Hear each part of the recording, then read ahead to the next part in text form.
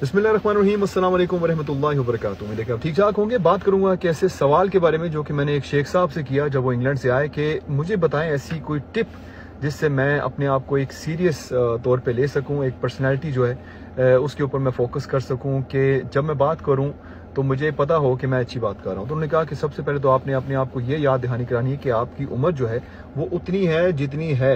आपने 18-20 साल की उम्र वाले लड़कों जैसी हरकतें नहीं करनी। आप अगर 20 साल के हैं तो आपने 30 साल की उम्र वाली पर्सनैलिटी रखनी है। अगर 30 के हैं तो 40 के हैं तो 50। तो उनकी उम्र खुद मुझसे कम थी, लेकिन माशाल्लाह जब वो बोलते थे तो पूरे का पूरा मजमा जो है उनकी बात सुनता था। तो मैं सोच रहा था कि अगर मैं क्योंकि मैं पढ़ता हूँ काफ़ी, तो मैं देख रहा था कि सल्तनत उस्मानिया, ऑटोमन एम्पायर और उसके अलावा सहाबा किराम के ज़माने में देख लें तो कई ऐसे हीरोज़ हैं, कई ऐसे बंदों की कहानियाँ आपको मिलेंगी जो कि जिनके बारे में पढ़ के आपको समझ नहीं आएगी कि आजकल के ज़माने के 20 साल का बंदा और उस वक्त के 20 साल के बंदे में इतना बड़ा फ़र्क क्यों था। क्योंकि उनके गोल्स जो थे बहुत बड़े थे, उनकी मोटिवेशन, उनकी इंस्पिरेशन जो थी वो कमाल के बंदों की थी। इर्द गिर्द उनके ज़बरदस्त किस्म के हीरो थे। अब आप नबी सल्लल्लाहु अलैहि वसल्लम को देख लीजिए, उनके इर्द गिर्द जो सहाबा कराम थे उनमें से काफ़ी यंग थे, लेकिन उसके बावजूद अगर आजकल के 35 साल के बंदे और उस वक्त के 35 साल के खालिद बिन वलीद रज़ी अल्लाह ताला अन्हु जो हैं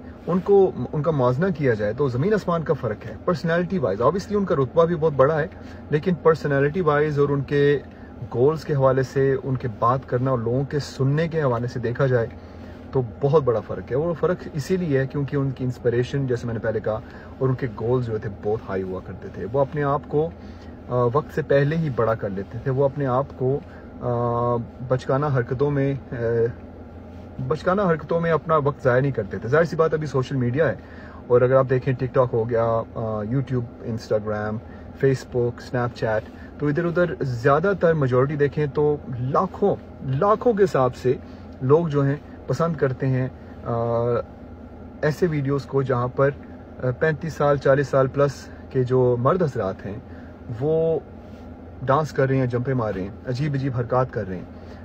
और जो हमारे कई ऐसे ज़बरदस्त किस्म के वीडियोस होते हैं जो कि मोटिवेशनल स्पीकर्स हो गए, और उनके आप देख लें कि सिर्फ कुछ हज़ारों में होंगी, शायद कई दफ़ा कुछ लाखों में भी चली जाएं।